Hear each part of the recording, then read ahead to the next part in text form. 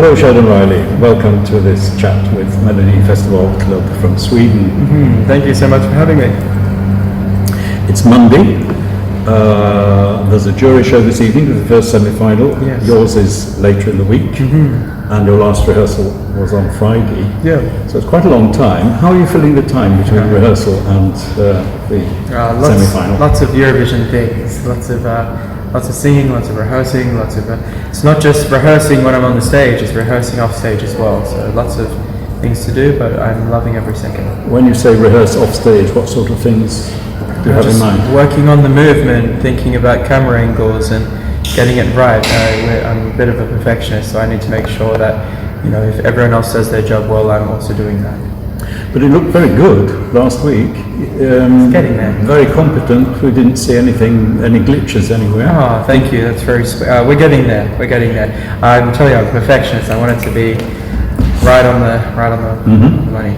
But what do you think could be even better? The timing. I want my voice to sound stronger, more rehearsed, more just less room for error. Do you know what I mean? I don't want to ever expect people to do their absolute best jobs if I'm not giving the same back. I was very impressed by your physical prowess, climbing that two-story staircase with a 40-kilo train in the dress behind you. Correct, that's right. Well, 40-kilo train, a 4-kilo mask, and then rings, nails, not being able to see. The staircase is 3 stories high. It's ridiculous, but I love it. Do you need to work out a lot in order to carry it? Before we came to Italy, I've been practicing with sandbags tied around my waist so I could get used to that. I mean, that much weight around your waist isn't too bad. It's just climbing those stairs. It's killer. And you're wearing a mask for us this afternoon. Yes. This seems to be your signature. When did you first get the idea to perform wearing masks? 2018, 2019. I just love it. I put a lot of work into them. I made these myself. This is the first pair I ever made myself. I just love the way they look. But does it symbolise anything special? It's more of a beautiful you have this persona? I just don't really like the look of my face, so I just use these to hide it. Come on. No, seriously. You've done a lot of talent shows, and I think we've all heard the backstory. And you brought that with you in a way to the competition, if I've understood things right. Where do you go from here? Eurovision. That's a good question, because I don't see myself doing these shows because I was bored, I had nothing to do, or I want to achieve anything bigger. I just wanted to get to Eurovision. I did those shows so I could get exposure in a country that doesn't expose people like myself as much.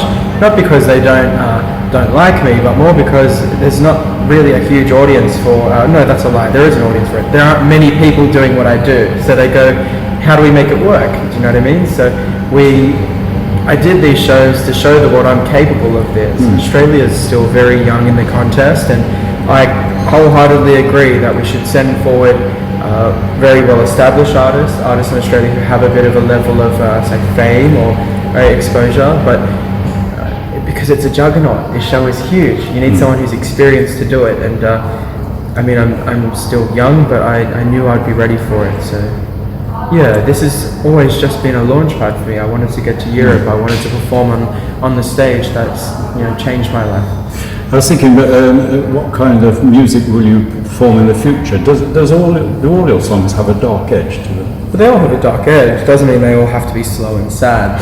I mean, they all have that kind of style. I wrote a lot of these songs a very long time ago, and they're waiting. But I've got a full new album coming very soon.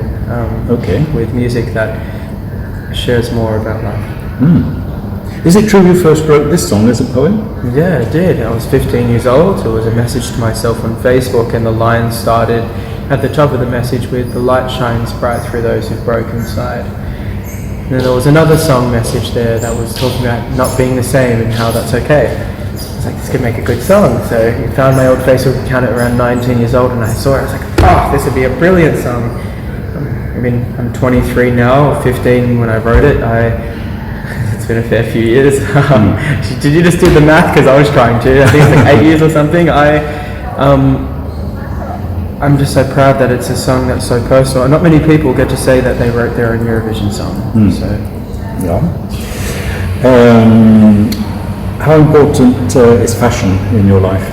Everything. So it started off originally as just wearing everything I was told I wasn't allowed to. I mean, just the idea of being a guy dressed in a dress was more of a rebellious thing. But as I started to learn more, fashion came so close to my heart, and I had such a deep respect for people who spend so much time. I mean, my outfit for the stage took 27 people to make. It has, you know, over 100,000 Swarovski crystals all over it, all hand done, feathers, beading. Everything is so beautifully done. It's not a costume. It's not a just an outfit for stage. It's full blown haute couture fashion. This is it's an artwork.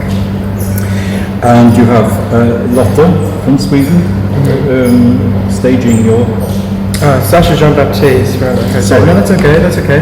Sasha has been incredible. I believe she's also doing Sweden's Cornelia Jacobs staging as well. Of course. Do we love Sweden? Do we love Cornelia?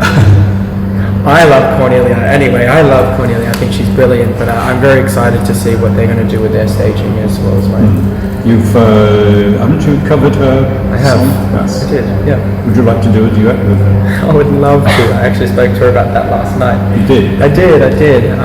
Yeah, we'll see what happens. There are lots of duets, aren't there, in Eurovision this year?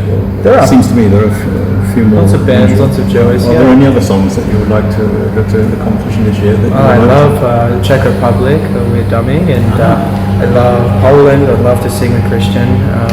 Stefan from Estonia. There's lots of people I'd love to collaborate with. Yeah, or even Serbia, the Vita Strava. I love her and her artistry. I love people who think outside the box and go, "This is Eurovision. Let's make something crazy out of it." Sweden and Australia seem to have a mutual, not respect, what's the word I want? Love for each other in Eurovision. They seem to swap high points.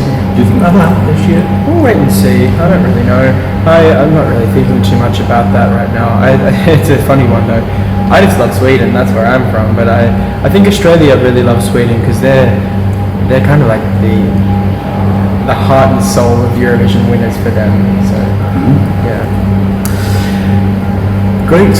Nice talking to you. Thank you. Thank you. Who are your favourites this year? This year? From Serbia and Czech. I mean, yeah, that's basically them. I love Sweden, Czech Republic. I love France's entry this year as well. They're very cool.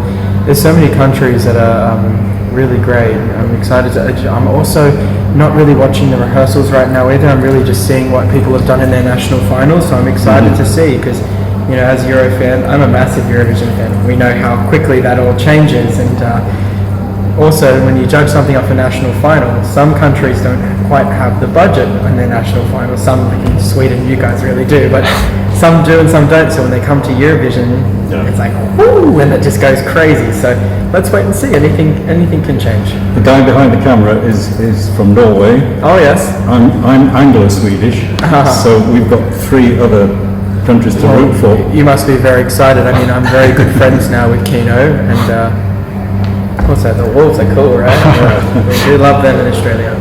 So we wish you all the best Thank you for very this week, but not too much because we have others to root for as well. That's such a Eurovision thing to say. Okay, thank you so much. I Okay, appreciate great it. having you on the Thank you. program. Thank you. Bye-bye.